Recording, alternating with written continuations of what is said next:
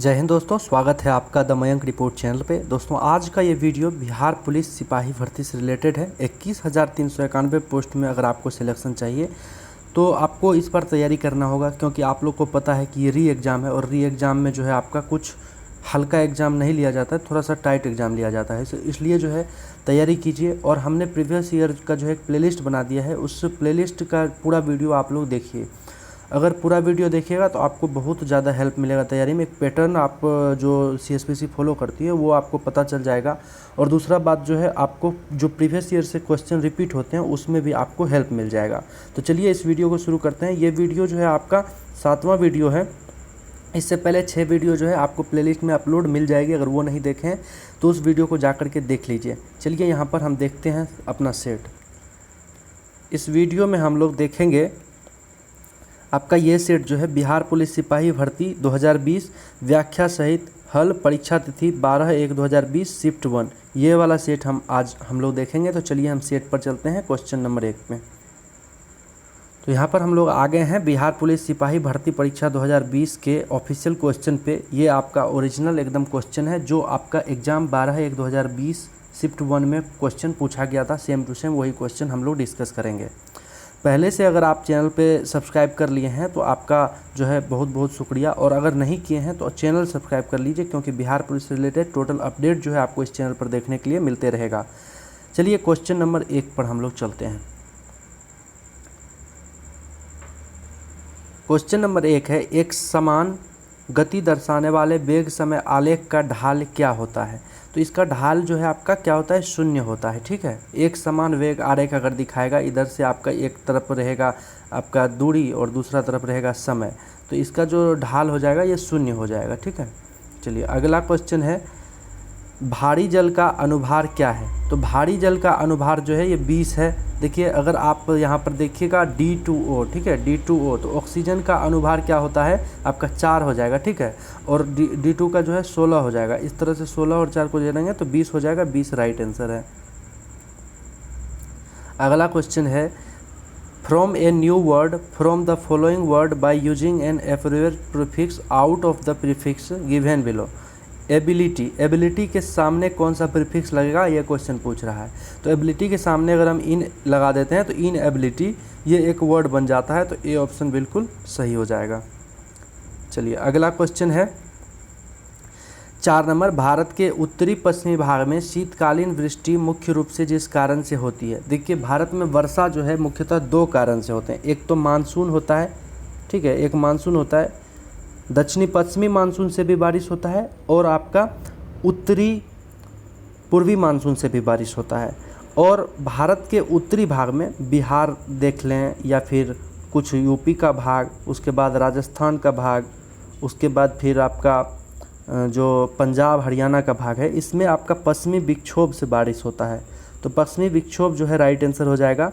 A option बिल्कुल सही है। पश्चिमी विक्षोभ कभी पूछा जाता है, पश्चिमी विक्षोभ अपना जल कहाँ से ग्रहण करती है। तो पश्चिमी विक्षोभ जो है अपना जल ग्रहण भूमध्य सागर से करती है।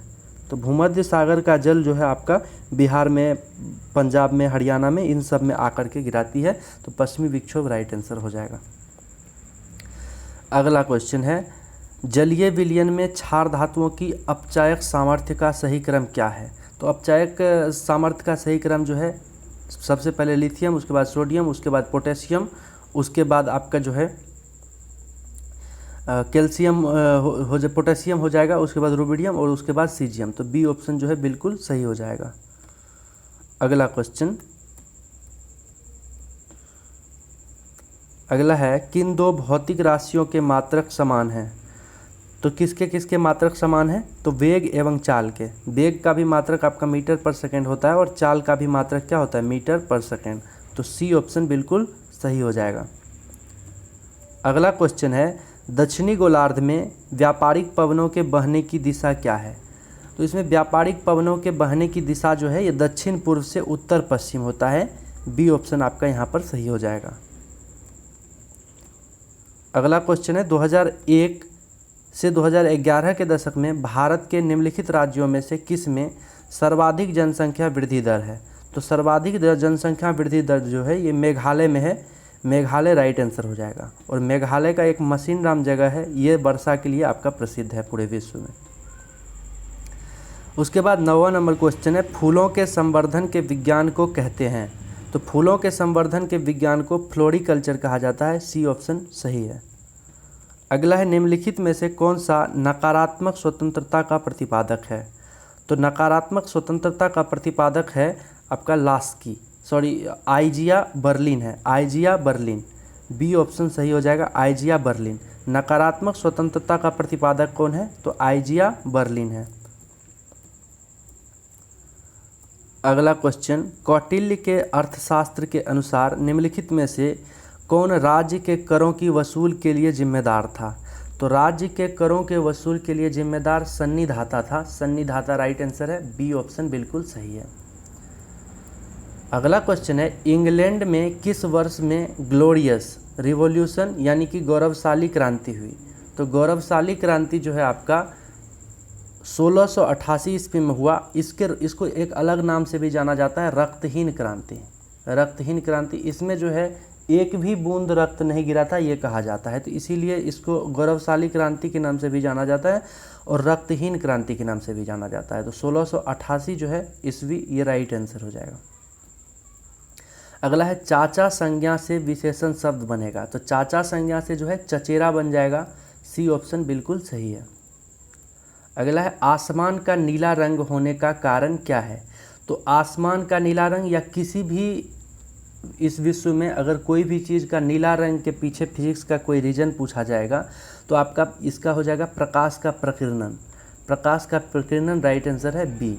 लेकिन पृथ्वी का नीला रंग अगर पूछा जाएगा तो इसमें भी एक फैक्टर आपका प्रकाश का प्रकीर्णन होता है। लेकिन दूसरा यहाँ पर पानी जो है, पानी का कलर ब्लू होता है, तो ये भी एक आपका ऑप्शन अगर रहेगा तो राइट हो जाएगा। अगला क्वेश्चन है, मोमबत्ती का जलना निम्न में से किस परिवर्तन का उदाहरण है। तो मोमबत्ती का जलना जो है केवल रासायनिक परिवर्तन का उदाहरण है। बी ऑप्शन सही हो जाएगा। ये एक रासायनिक परिवर्तन है। भौतिक परिवर्तन और रासायनिक परिवर्तन हमने आपको बहुत पहले ही समझा दिया था। अगर पूरा सेट आप लगातार कर रहे होंगे तो आपको पता चल गया होगा। देखिए, भौतिक परिवर्तन जो है एक वैसा परिवर्तन है जिसमें एक पदार्थ अगर उसमें परिवर्तन होता है तो फिर वो अपना इनिशियल पोजीशन में आ सकता है। ठीक है, जैसे पानी को अगर आप गर्म कीजिएगा, पानी को वाष्प बना दीजिएगा तो फिर वाष्प से वो पानी बन जाएगा। तो इस टाइप का परिवर्तन जो है भौतिक परिवर्तन हो जाएगा। वहीं दूध से दही जो बनता है तो दूध से दही तो बन जाएगा लेकिन फिर दही से दूध नहीं बन पाएगा। तो इस कारण से अगर रिटर्न नहीं हो पाएगा, इनिशियल पोजीशन में नहीं आ पाएगा, तो वो जो है आपका रासायनिक परिवर्तन हो जाएगा। तो यहाँ पर मोमबत्ती अगर जल जाएगा तो फिर से वो मोमबत्ती नहीं बन पाएगा, तो इसलिए जो है वो रासायनिक परिवर्तन हो जाएगा। बी ऑप्शन बिल्कुल सही है। अगला क्वेश्चन है, किस वर्ष में बिहार में औद्योगिक क्षेत्र विकास प्राधिकरण अधिनियम पारित हुआ। तो औद्योगिक क्षेत्र विकास अधिनियम जो है ये आपका 1974 में पारित हुआ। और ये क्या है ये समझ लीजिए, ये जो है बिहार में औद्योगिकरण के विकास के लिए एक अधिनियम लाया गया था, जिसमें कि ये कहा गया था कि बिहार में जो है उद्योग धंधे का जो है विकास किया जाएगा। तो ये 1974 में लाया गया था और ईस्वी ही पूछ रहा है, तो बी ऑप्शन बिल्कुल सही हो जाएगा। अगला है, एड्स एक डैश जनित रोग है। तो एड्स जो है एक विषाणु जनित रोग है और एड्स जो है HIV वायरस से होता है, HIV वायरस से। ठीक है, HIV का फुल फॉर्म क्या है, ह्यूमन इम्यूनो वायरस। ठीक है, और HIV का जो जांच है वो एलिसा टेस्ट के द्वारा किया जाता है। और एलिसा का फुल फॉर्म की अगर बात करें तो ये एंजाइम लिक्विड इम्यूनोसॉर्बेंट एस से होता है। ठीक है, चलिए अगला क्वेश्चन है, निम्न में से कौन सी दवा एक पीराहारी है। तो पीराहारी की अगर बात करें तो ये लोवल जीन है, लोवल जीन। ठीक है, लोवल जीन जो है पीराहारी है। बाकी ये स्ट्रेप्टोमाइसिन जो है ये आपका एंटीबायोटिक है। क्लोरोमाइसीटीन जो है ये भी एंटीबायोटिक है। और पेनिसिलिन जो है ये भी एक एंटीबायोटिक है। पेनिसिलिन जो है पहला खोजा गया एंटीबायोटिक था और पेनिसिलिन का खोज जो है आपका कौन किया था, अलेक्जेंडर फ्लेमिंग ने किया था। अगला क्वेश्चन है, निम्न में से कौन एक प्राथमिक उपभोक्ता है। तो प्राथमिक उपभोक्ता की अगर बात करें तो ये हिरन हो जाएगा। बी ऑप्शन बिल्कुल सही है। अगला क्वेश्चन है, choose the correct passive from the following sentence, one should keep once promises. तो इसका सही आंसर जो है आपका क्या हो जाएगा, पहले ऑप्शन पे हम चलते हैं। इसका सी ऑप्शन बिल्कुल राइट हो जाएगा, प्रोमिसेस शुड बी केप्ट। ठीक है, अगला क्वेश्चन है, पूर्ण रोजगार प्राप्ति हेतु प्रभावपूर्ण मांग की कमी को जिस उपाय द्वारा दूर किया जा सकता है वह क्या है।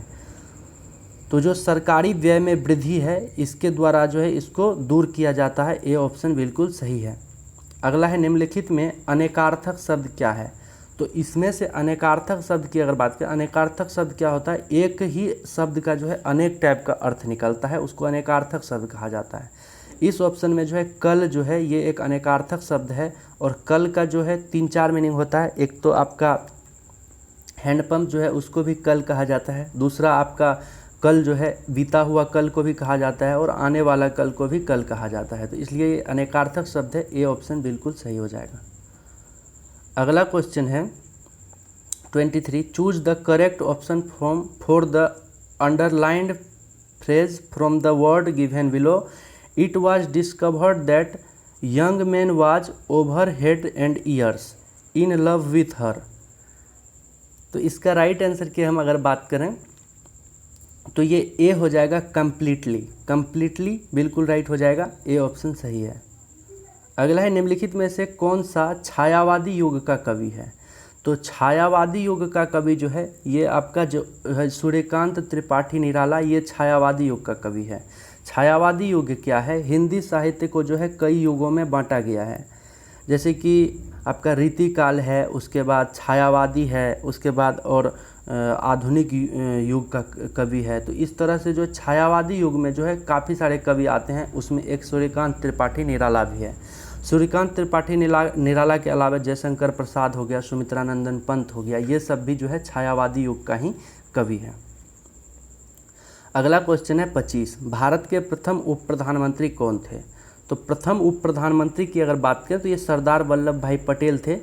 और उस देखिए भारतीय संविधान में जो है उप प्रधानमंत्री का कोई भी पद नहीं है, ये एक राजनीतिक तुष्टीकरण के लिए ये पद बनाया गया है, और राजनीतिक तुष्टीकरण के लिए ही जो ये पद बनाया गया। तो इसी में जो है सबसे पहला प्रधानमंत्री जो है भारत का, ये जवाहरलाल नेहरू बने थे, और जवाहरलाल नेहरू के ही कैबिनेट में जो है सरदार वल्लभ भाई पटेल को प्रधानमंत्री का उप प्रधानमंत्री का पद दिया गया था। तो सी ऑप्शन जो है यहाँ पर बिल्कुल सही हो जाएगा। अगला क्वेश्चन है, choose the correct indirect speech of the following sentence from the option below. She said hurrah I have stood first.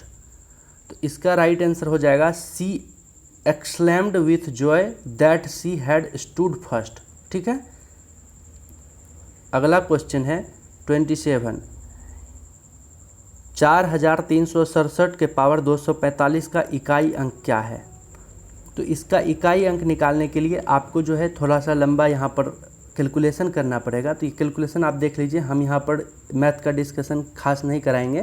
तो यहाँ पर 7 जो है आपका इकाई अंक राइट आंसर निकल जाएगा। उसके बाद अगला क्वेश्चन है, निम्नलिखित में से किसका सही मेल नहीं है। तो सही मेल जो है बर्मिंघम जो है ये आपका इंग्लैंड में है, इंग्लैंड में। ठीक है, इंग्लैंड में है, यहाँ पर फ्रांस दिया गया है, तो ये गलत है। बाकी ओसाका जो है ये जापान में है, लंकाशायर जो है ये ब्रिटेन में है, और सेलम जो है ये भारत में है। सेलम भारत के तमिलनाडु में है, तमिलनाडु। ठीक है, तो ये भी बात आप ध्यान रखिएगा। तो यहाँ पर ऑप्शन की अगर बात करें तो डी ऑप्शन बिल्कुल राइट हो जाएगा। अगला क्वेश्चन है, निम्नलिखित में से कौन सा प्राणी स्तनधारी नहीं है। तो यहाँ पर छिपकली जो है ये स्तनधारी नहीं है, बाकी बाघ, व्हेल, चमगादड़ ये तीनों जो है स्तनधारी है, छिपकली जो है स्तनधारी नहीं है। डी ऑप्शन इसका बिल्कुल सही हो जाएगा। अगला है, fill in the blank with appropriate answer. Sohan says that is it better to dash in the present. तो इसका जो है सही आंसर जो है आपका डी हो जाएगा, लाइव, लाइव। ठीक है, डी राइट आंसर है। अगला है, women learn English faster than man. तो इसका आपको जो है हिंदी ट्रांसलेट करना है। तो ये जो है महिलाएं पुरुष की तुलना में अंग्रेजी जल्दी सीखती हैं, ये आपका सही ट्रांसलेशन हो जाएगा। डी ऑप्शन बिल्कुल सही हो जाएगा। अगला है, फ्रांस में पेरिस कम्यून की स्थापना कब हुई। तो फ्रांस में जो है पेरिस कम्यून की स्थापना जो है आपका 1871 ईस्वी में हुआ था, और ये एक क्रांतिकारी आंदोलन का नाम था, पेरिस कम्यून, क्रांतिकारी आंदोलन का नाम था। फ्रांस में जो है एक क्रांतिकारी आंदोलन हुआ था और उसी का नाम था जो है पेरिस कम्यून था, और इसकी स्थापना 1871 ईस्वी में हुआ था। सी ऑप्शन बिल्कुल सही हो जाएगा। अगला है, निम्नलिखित में से कौन सा संत ईश्वर के निर्गुण एवं सगुण रूपों की आस्था रखते हैं? यानी कि निर्गुण एवं सगुण दो टाइप का जो भक्ति काल जो भारत में आया था, उसमें दो टाइप का संत हुआ करता था। एक निर्गुण भक्ति से रिलेटेड था और एक सगुण भक्ति से। लेकिन कबीरदास ऐसे संत थे जो कि दोनों भक्ति से रिलेटेड थे, यानी कि निर्गुण भक्ति में भी विश्वास रखते थे और सगुण में भी। तो बी ऑप्शन बिल्कुल सही हो जाएगा, कबीरदास। ठीक है। कभी कभी ये भी क्वेश्चन पूछा जाता है, कबीरदास का बचपना जो है कहाँ बीता था? तो ये वाराणसी में बीता था। ठीक है, वाराणसी में, तो ये भी ध्यान रखना है। अगला क्वेश्चन है, संक्षेपण बहुलक का उदाहरण है। तो संक्षेपण बहुलक का उदाहरण जो है आपका टेरिलीन, यही राइट आंसर हो जाएगा। संक्षेपण बहुलक का उदाहरण टेरिलीन है। बी ऑप्शन बिल्कुल सही हो जाएगा। अगला क्वेश्चन है, कुतुबुद्दीन ऐबक, कुतुबुद्दीन ऐबक का उत्तराधिकारी कौन था? तो इसका उत्तराधिकारी आराम शाह था। देखिए, कुतुबुद्दीन ऐबक की मृत्यु हुई तो एक अमीर वर्ग हुआ करता था, और वो अमीर वर्ग जो है आनन फानन में आराम शाह को जो है राजगद्दी पर बैठा दिया। ठीक है, ये राजा बन गया, और आराम शाह जो है एक अयोग्य शासक था। तो इसको मार करके इल्तुतमिश जो है राजगद्दी हासिल किया, और इल्तुतमिश एक योग्य शासक था। तो यहाँ पर आराम शाह राइट आंसर हो जाएगा। इसीलिए इल्तुतमिश को जो है दिल्ली सल्तनत का वास्तविक संस्थापक माना जाता है, और आराम शाह का जो है समय जो वो राजगद्दी पर बिताया वो बहुत ही सूक्ष्म था, यानी कि 5-6 महीने में वो गद्दी से उतर गया और उसको जो है उसका मृत्यु हो गया था। ठीक है, इल्तुतमिश उसको मार दिया था। अगला क्वेश्चन, नीचे लिखे अक्षांशों में से भारत की मुख्य भूमि से गुजरने वाला अक्षांश है। तो भारत की मुख्य भूमि से गुजरने वाला अक्षांश जो है ये आपका 29 डिग्री 36 मिनट उत्तरी अक्षांश है। ए ऑप्शन बिल्कुल सही हो जाएगा। अगला क्वेश्चन है, मेहरुन्निसा परवेज, मेहरुन्निसा परवेज निम्नलिखित में से किस सम्मान से सम्मानित किया गया? तो देखिए, मेहरुन्निसा परवेज जो है ये साहित्य के क्षेत्र से जुड़ी हुई हैं, और इन्हें जो है पद्मश्री पुरस्कार मिला था, पद्मश्री। राइट आंसर जो है सी हो जाएगा। अगला क्वेश्चन पे देखते हैं, कोशिका भित्ति, कोशिका भित्ति डैश कोशिका में अनुपस्थित होती हैं? तो कोशिका भित्ति जो है ये पादप कोशिका में होता है, और जंतु कोशिका में जो है ये अनुपस्थित होता है। तो बी ऑप्शन राइट हो जाएगा, जंतु कोशिका। अगला क्वेश्चन, यदि किसी वस्तु का वेग दुगुना कर दिया जाए तो उसकी गतिज ऊर्जा क्या होगी? तो देखिए, गतिज ऊर्जा का जो आपका फार्मूला होता है ये हाफ mv² होता है। ठीक है, हाफ mv², के बराबर क्या होता है? Half mv²। और हाफ mv² में इसका जो है आपको वेग को दुगुना करना है। तो वेग दुगुना करेंगे, v को दुगुना करेंगे तो 2 का स्क्वायर हो जाएगा, और ये 4 हो जाएगा। तो टोटल में जो है 4 गुना परिवर्तन हो जाएगा। बी ऑप्शन जो है बिल्कुल सही हो जाएगा, 4 गुना। ठीक है।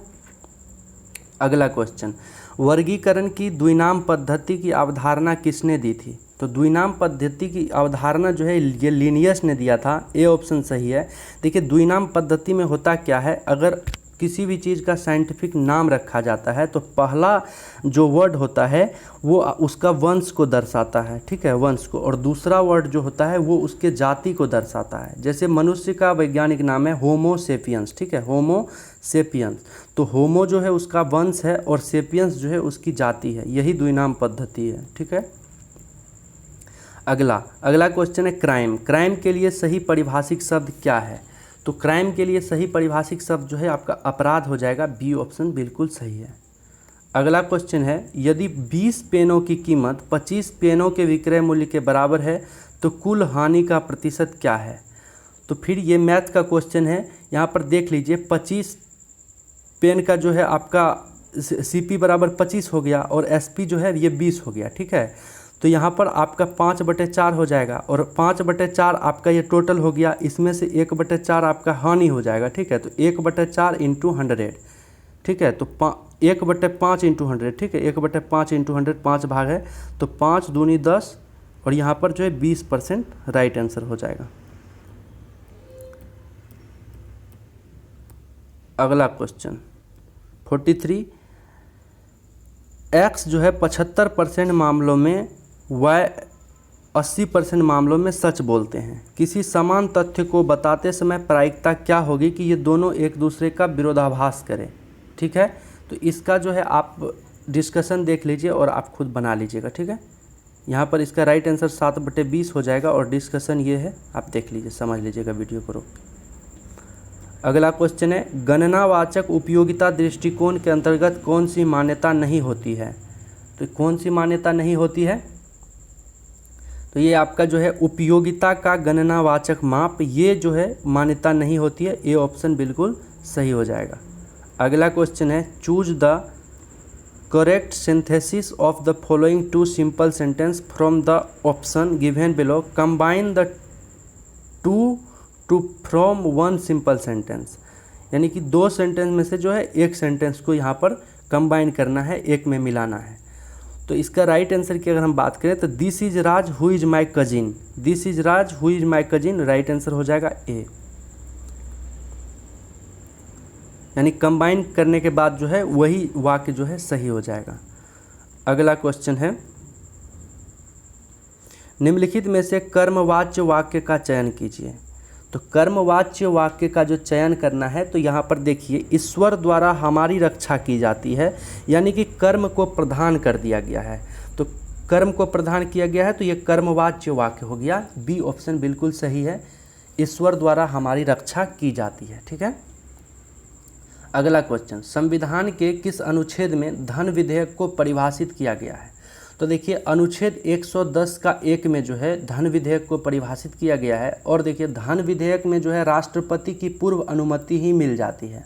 तो इसलिए जो है धन विधेयक पर साइन करने के लिए राष्ट्रपति बाध्य होता है। धन विधेयक पर राष्ट्रपति अपना वीटो पावर का इस्तेमाल नहीं कर सकता है। और धन विधेयक के संदर्भ में जो है आपका संयुक्त अधिवेशन भी नहीं हो सकता है। धन विधेयक अगर लोकसभा में पारित हो गया तो इसको राज्यसभा में भी पारित करना ही होगा। तो ये अनुच्छेद 110 के तहत है। अनुच्छेद 110 का 1 में धन विधेयक की चर्चा है और अनुच्छेद 110 में जो है 10 का 1 में धन विधेयक को परिभाषित भी किया गया है। ए ऑप्शन बिल्कुल सही हो जाएगा। अगला क्वेश्चन मैथ का है। यहाँ पर देखिए, ये ट्रेंगुलर भाग रहा है, 1 से 3 गया, फिर 3 से 6 गया, 6 से 10 गया। इस टाइप से इसको ट्रेंगुलर शेप बोलते हैं। और इसमें जो है ट्रेंगुलर शेप में जो है इसका आंसर जो है आपका बी हो जाएगा। इसका फार्मूला डायरेक्ट, ये फार्मूला बेस्ड क्वेश्चन है, तो इसका फार्मूला आपको याद करना है, n × n+1 × n+2/6। B option जो है बिल्कुल सही है। अगला क्वेश्चन है, लता मंगेशकर के पिता का नाम क्या था? तो लता मंगेशकर के पिता का नाम दीनानाथ मंगेशकर था। बी ऑप्शन जो है बिल्कुल सही हो जाएगा। अगला क्वेश्चन है, निम्न में से कौन सा कथन सही नहीं है? तो सही नहीं है ये पूछ रहा है। तो ये आप देखिए, गत 5 वर्षों 2012-13 से 2016-17 में बिहार में चालू कीमतों पर विशुद्ध राज्य घरेलू उत्पाद यानी 2011-12 की श्रृंखला में वृद्धि दर पंजाब से कम थी। ये गलत है, पंजाब से कम नहीं थी, पंजाब से ये ज़्यादा थी। तो डी ऑप्शन राइट हो जाएगा। बाकी ये 2011 में बिहार की साक्षरता दर पंजाब से कम थे, ये बिल्कुल सही है। 2011-12 में बिहार में गरीबी की रेखा से नीचे जनसंख्या का प्रतिशत पंजाब से अधिक था, ये भी बिल्कुल सही है। और 2016 में बिहार में शिशु मृत्यु दर पंजाब से अधिक थी, ये भी सही है। बाकी ये गलत है। ठीक है, अगला क्वेश्चन, निम्न में से कौन सा अप्रत्यक्ष कर नहीं है? तो देखिए, अप्रत्यक्ष कर यानी कि जो कर देने वाला से डायरेक्ट नहीं लिया जाता, मतलब जो उसका इस्तेमाल कर रहा है, उपभोग कर रहा है, उससे डायरेक्ट नहीं लिया जाता है, उसको ही अप्रत्यक्ष कर कहा जाता है। जिससे डायरेक्ट ले लिया गया उसको प्रत्यक्ष कर कहेंगे। यहाँ पर जीएसटी जो है आपका प्रत्यक्ष कर है, वैट जो है ये प्रत्यक्ष कर है, सीमा शुल्क जो है ये प्रत्यक्ष कर है। ठीक है, ये सब अप्रत्यक्ष कर है। लेकिन निगम कर जो है ये आपका प्रत्यक्ष कर है। निगम कर जो है डायरेक्ट कंपनी से ही ले लिया जाता है और ये एक भारी भरकम टैक्स है। मतलब जो भारत सरकार है इसको बहुत ज़्यादा टैक्स जो है आपका निगम कर से ही मिलता है। तो निगम कर एक इम्पोर्टेंट टैक्स है और ये एक प्रत्यक्ष कर के अंतर्गत आता है, प्रत्यक्ष कर। बाकी ये जीएसटी है, वैट है, सीमा शुल्क है, ये सब आपका अप्रत्यक्ष कर है। तो यहाँ पर सी ऑप्शन बिल्कुल सही हो जाएगा। अगला क्वेश्चन मैथ का है, यहाँ पर देख लीजिए, सी ऑप्शन इसका बिल्कुल सही है। Next, choose the correct assertive from the following sentence from the option below. Shall I ever forget you, shall I ever forget you, तो इसका जो है आपका I shall never forget you, ये राइट आंसर हो जाएगा। I shall never forget you, इसका assertive sentence बनाना है, एसर्टिव सेंटेंस, तो I shall never forget you, B option बिल्कुल राइट हो जाएगा। अगला क्वेश्चन फिर से मैथ का है। मैथ का क्वेश्चन को हम डिस्कस नहीं कर रहे हैं, तो ये आप देख लीजिएगा, और ये पीडीएफ जो है आपको हम अवेलेबल करवा देंगे टेलीग्राम ग्रुप में। टेलीग्राम ग्रुप का लिंक जो है हम कुछ दिनों में दे देंगे, तो आप लोग जो है चैनल पे बने रहिए तब तक। यहाँ पर इसका राइट आंसर जो है ए हो जाएगा। अगला क्वेश्चन, बोर की परिकल्पना के अनुसार nवें स्थिर कक्षा का कोणीय संवेग होता है। तो nवें स्थिर कक्षा का कोणीय संवेग जो है ये आपका NH/2π होता है, NH/2π, बी ऑप्शन बिल्कुल सही है।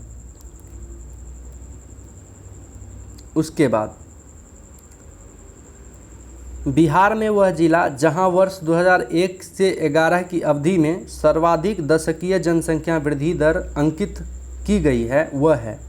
तो सर्वाधिक दशकीय जनसंख्या वृद्धि जो है मधेपुरा जिला में अंकित किया गया है, ए ऑप्शन बिल्कुल सही है।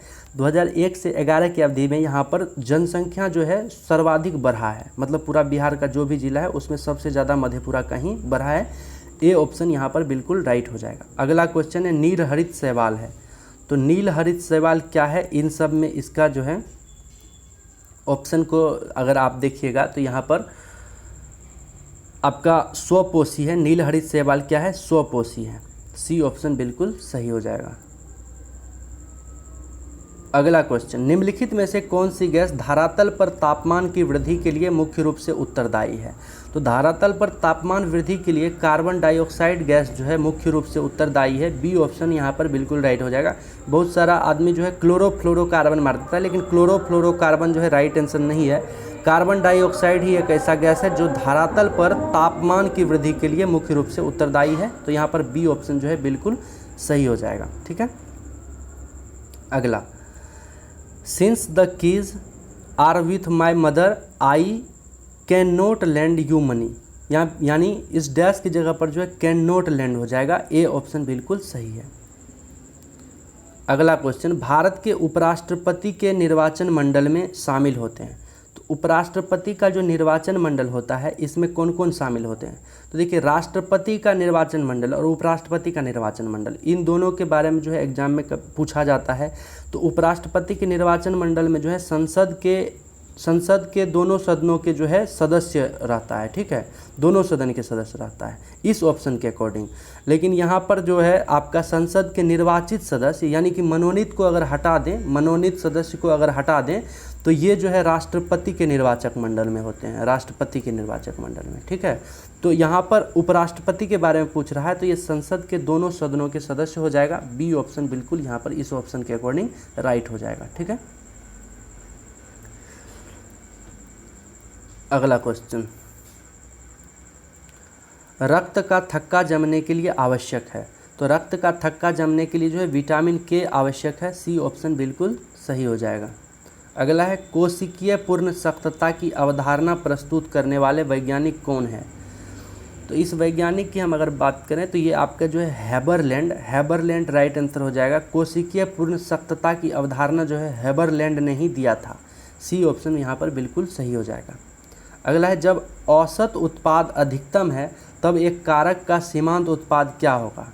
तो औसत उत्पाद अधिकतम रहेगा तो इसका जो है सीमांत उत्पाद जो है ये बढ़ रहा होगा। ठीक है, बढ़ रहा होगा, तो ए ऑप्शन यहाँ पर बिल्कुल सही है। अगला क्वेश्चन है, अणु के दो क्रमिक संघटनों के मध्य उसके द्वारा चलित औसत दूरी को क्या कहते हैं। तो उसके द्वारा चलित औसत दूरी को माध्य मुक्त पथ कहते हैं, माध्य मुक्त पथ, सी राइट आंसर है। अगला क्वेश्चन, ए तथा बी नल एक टंकी को क्रमशः 6 घंटे 9 घंटे में भर सकता है, नल सी इसे 12 घंटे में खाली कर सकता है। यदि तीनों नलों को एक साथ खोल दिया जाए तो टंकी कितने समय में भरेगी। देखिए यहाँ पर आप यहाँ पर ऐसे इसको बना सकते हैं 1/6 + 1/9 - 1/12। टोटल को जो इसको निकालिएगा तो राइट आंसर आपको निकल कर आ जाएगा। इसका राइट आंसर की अगर हम बात करें तो हम देख लेते हैं, सी ऑप्शन जो है राइट आ जाएगा आपको, इसको सॉल्व करिएगा तो।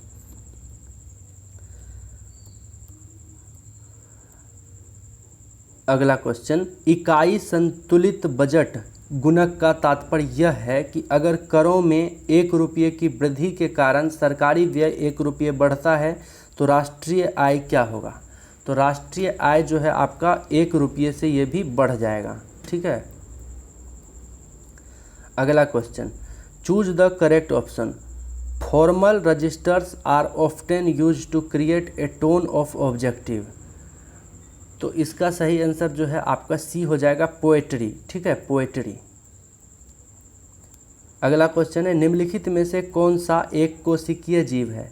तो एक कोशिकीय जीव की अगर हम बात करें तो ये आपका जो है जीवाणु हो जाएगा। जीवाणु राइट आंसर है। जीवाणु एक कोशिकीय जीव होता है, ठीक है। जीवाणु और साइनोबैक्टीरिया भी जो है एक कोशिकीय जीव होता है। उसके बाद अगला क्वेश्चन है, भारतीय स्वतंत्रता अधिनियम कब पारित हुआ था। तो भारतीय स्वतंत्रता अधिनियम जो है 18 जुलाई 1947 को पारित हुआ था। लॉर्ड माउंटबेटन ने जो है 18 जुलाई 1947 को भारतीय स्वतंत्रता अधिनियम को पारित किया था, ठीक है। और भारत जो है स्वतंत्र हुआ था 15 अगस्त 1947 को, तो सभी को पता होगा। और 15 अगस्त से एक दिन पहले जो है आपका पाकिस्तान जो है स्वतंत्र हुआ था 14 अगस्त 1947 को। अगला, निम्न में से किसने प्राकृतिक अधिकारों के सिद्धांत का प्रतिपादन किया। तो प्राकृतिक अधिकारों के सिद्धांत का प्रतिपादक जो है ये जॉन लॉक है। जॉन लॉक ने जो है प्राकृतिक अधिकार के सिद्धांत का प्रतिपादन किया था। ए ऑप्शन यहाँ पर बिल्कुल सही हो जाएगा। अगला क्वेश्चन है, निम्नलिखित में से कौन सा एक स्वपोषी घटक नहीं है। तो स्वपोषी घटक कौन सा नहीं है। तो ये जो सी है अपघटक, ये स्वपोषी घटक नहीं है, ये दूसरे पर जो है निर्भर रहता है। तो ये आपका एक स्वपोषी घटक नहीं है। सी ऑप्शन बिल्कुल सही हो जाएगा। अगला क्वेश्चन, अगला है, राज्य चुनाव आयुक्त को हटाया जा सकता है। बिल्कुल हटाया जा सकता है। राज्य चुनाव आयुक्त को जो है आपका उच्च न्यायालय के न्यायाधीश को हटाने की जो प्रक्रिया है, उच्च न्यायालय के न्यायाधीश को हटाने की जो प्रक्रिया है, उसी प्रक्रिया के तहत इसको भी हटाया जा सकता है। अगला है, क्षार धातुओं में। क्षार धातुओं में क्या होता है, ठीक है। तो क्षार धातुओं में आपका कम आयनन ऊर्जा होता है। क्या होता है, कम आयनन ऊर्जा होता है। बी ऑप्शन बिल्कुल सही हो जाएगा। जब उपयुक्त आवृत्ति का प्रकाश किसी धातु पृष्ठ पर पड़ता है तो इलेक्ट्रॉनों के उत्सर्जन की क्रिया को क्या कहा जाता है। तो इलेक्ट्रॉन का जो उत्सर्जन होता है इसको प्रकाश विद्युत प्रभाव के नाम से जाना जाता है। बी ऑप्शन बिल्कुल सही है।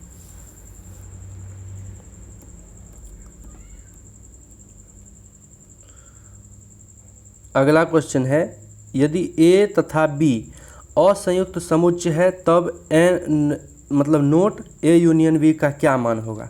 तो नोट ए यूनियन बी का मान जो है आपका क्या हो जाएगा। तो ये सी हो जाएगा, n A plus n B, यानी not A plus not B. C option बिल्कुल यहाँ पर सही है। अगला क्वेश्चन है 76,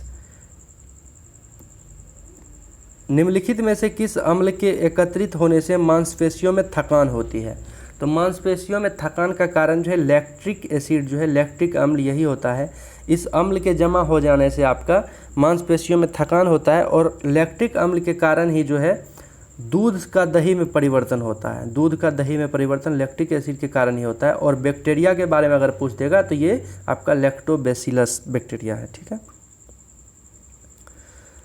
अगला, यूरोप के किस प्रथम वैज्ञानिक ने खोज की कि पृथ्वी सूर्य का चक्कर लगाती है। तो पृथ्वी सूर्य का चक्कर लगाती है, ये कोपरनिकस का कहना था सबसे पहले। तो कोपरनिकस राइट आंसर हो जाएगा। वहीं आपका ग्रहीय गति का नियम पूछा जाता है कि ग्रहीय गति का नियम किसने दिया था। तो ये केपलर ने दिया था। तो केपलर यहाँ पर अगर ग्रहीय गति पूछेगा तो केपलर राइट आंसर होगा। इस क्वेश्चन का जो है ए ऑप्शन राइट हो जाएगा, कोपरनिकस। यदि किसी गतिशील वस्तु का द्रव्यमान आधा कर दिया जाए, वह चाल दुगुनी कर दिया जाए तो उसकी गतिज ऊर्जा हो जाएगी। तो गतिज ऊर्जा का फॉर्मूला होता है के बराबर हाफ mv², ठीक है। तो यहाँ पर आपका द्रव्यमान आधा करना है। तो इसमें देख लीजिए आपका काइनेटिक एनर्जी यानी कि गतिज ऊर्जा जो है इसका फार्मूला होता है हाफ mv², ठीक है, हाफ mv²। और यहाँ पर द्रव्यमान को आधा करना है और आपका चाल को जो है दुगुना करना है। तो द्रव्यमान आधा हो गया हाफ इंटू m/2 और v² को जो है दोगुना करना है, ठीक है। तो v को 2 भी कर देना है, ठीक है। इसको गुना करिएगा तो half into m/2 into 4v²। तो 2 से 4 कट जाएगा 2 अति में, तो इसका 2 जो है कॉमन हो जाएगा। तो ये आपका पूरा जो है काइनेटिक एनर्जी ये दुगुना हो जाएगा। ए ऑप्शन बिल्कुल राइट है।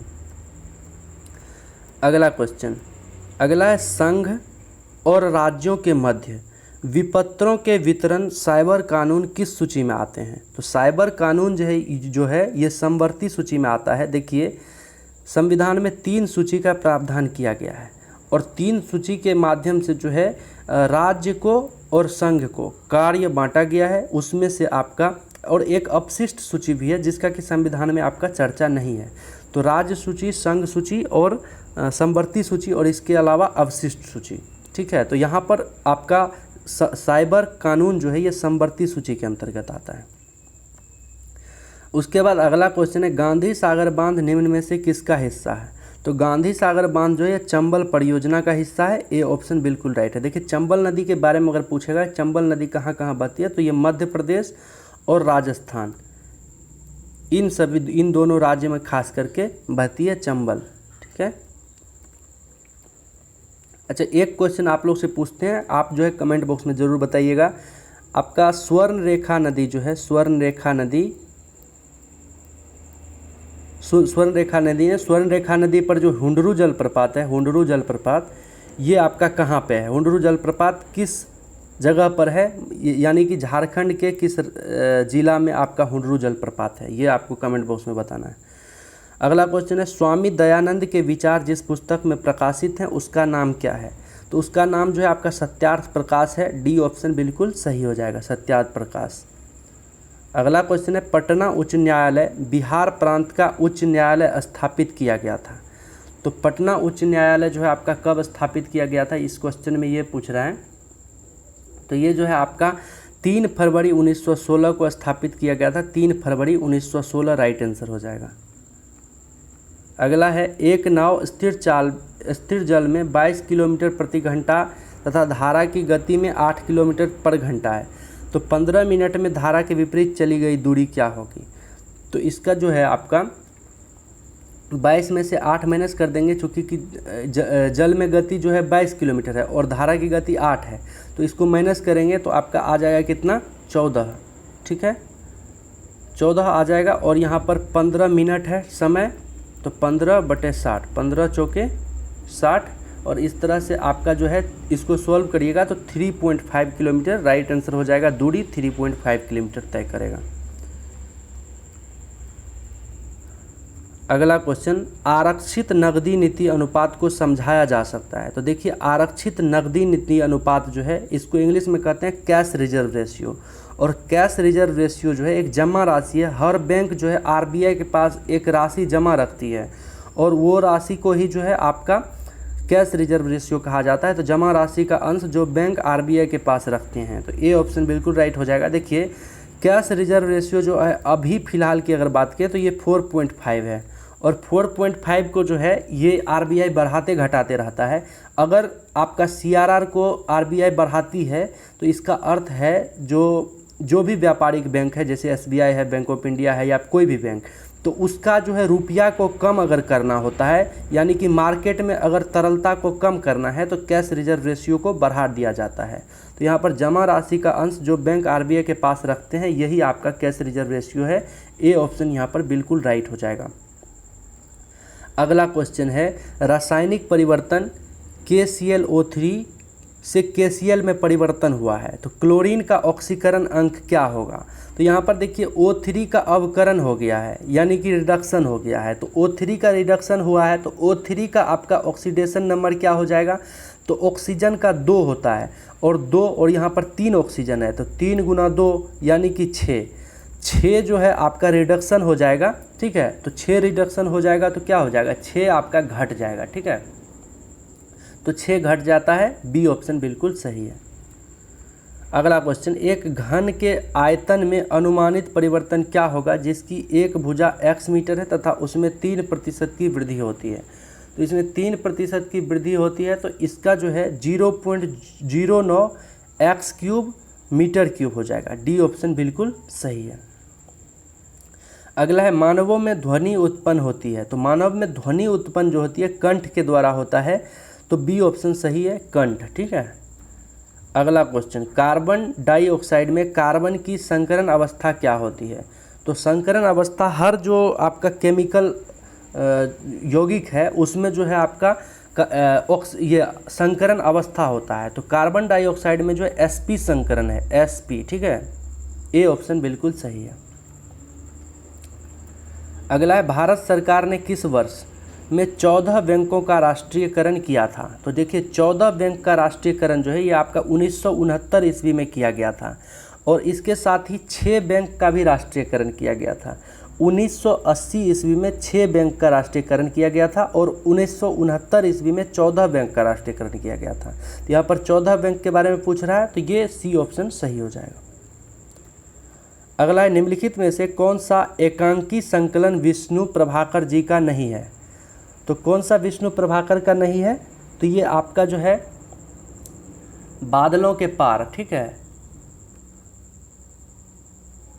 बादलों के पार जो है ये आपका विष्णु प्रभाकर जी का नहीं है। बादलों का पार जो है ये हरिकृष्ण प्रेमी का है। किसका है, हरिकृष्ण प्रेमी का, ठीक है।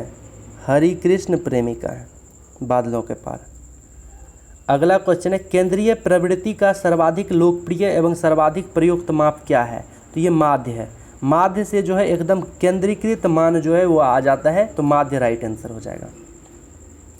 अगला है, भारतीय संविधान के निम्नलिखित में से किस अनुच्छेद में अल्पसंख्यकों को अपनी रुचि की शिक्षा संस्था को स्थापना और प्रशासन करने का अधिकार है।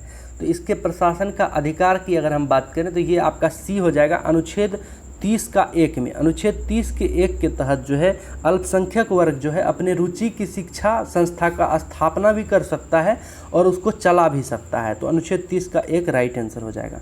और उसके बाद अनुच्छेद 31 की अगर बात करें तो अनुच्छेद 31 जो है निरस्त हो गया है, और ये पहले मूल अधिकार था और मूल अधिकार में संपत्ति के अधिकार के नाम से जाना जाता था, लेकिन इसको जो है अब अनुच्छेद 300 का 1 के तहत जो है आपका कानूनी अधिकार बना दिया गया है, ठीक है। अगला क्वेश्चन, निम्नलिखित में से कौन से जिले में बांसकुंड बांध है। तो बांसकुंड बांध स्थित है कहाँ, लखीसराय में। बिहार के लखीसराय में बांसकुंड बांध है। ये डी ऑप्शन जो है बिल्कुल सही हो जाएगा। अगला है, यदि सरल रेखीय पूर्ति वक्र कीमत अक्ष को काटता है तो पूर्ति की लोच क्या होगी। तो पूर्ति की लोच की अगर हम यहाँ पर बात करें तो ये आपका जो है इकाई के बराबर हो जाएगा। ए ऑप्शन बिल्कुल सही है, ठीक है। इकाई के बराबर हो जाएगा। ये अर्थशास्त्र का क्वेश्चन है। रेखीय पूर्ति वक्र अगर कीमत अक्ष को काट देता है, ठीक है, तो ये आपका इकाई के क्या हो जाएगा, बराबर हो जाएगा। अगला, निम्न में से कौन सा युग्म सही नहीं है। तो कौन सा सही नहीं है, देखिए कुंवर सिंह जो है ये बिहार, ये सही है। लक्ष्मीबाई झांसी ये भी सही है। नाना साहब जो है यहाँ पर अवध दिया गया है, लेकिन ये जो है कानपुर से थे। कानपुर से जो है स्वतंत्रता आंदोलन लड़े थे, 1857 की क्रांति में भाग लिए थे। और मौलवी अहमदुल्ला जो है ये फैजाबाद सही है। यानी कि सही नहीं का बात पूछ रहा है, तो ये नाना साहब जो है अवध से सही नहीं है, ये कानपुर से रिलेटेड था। तो सी ऑप्शन यहाँ पर सही हो जाएगा। अगला है, निम्नलिखित में से कौन सा विद्युत का कुचालक है। तो देखिए विद्युत का कुचालक जो है अधातु वर्ग के जो तत्व चीज़ हैं वो आपका विद्युत का कुचालक होता है। यहाँ पर एल्युमिनियम जो है धातु है, तांबा धातु है, चांदी जो है धातु है, लेकिन प्लास्टिक जो है एक धातु नहीं है। तो ये आपका जो है कुचालक हो जाएगा। सी ऑप्शन सही है। अगला, निम्नलिखित ऑक्साइडों की अम्लीय गुण का सही क्रम क्या है। तो इसका अम्लीय गुण का सही क्रम की अगर हम बात करें तो ये डी हो जाएगा। N2O5 सबसे ज़्यादा अम्लीय हो जाएगा, उसके बाद SO2 हो जाएगा, उसके बाद CO2 हो जाएगा और उसके बाद CO हो जाएगा। तो डी ऑप्शन सही हो जाएगा।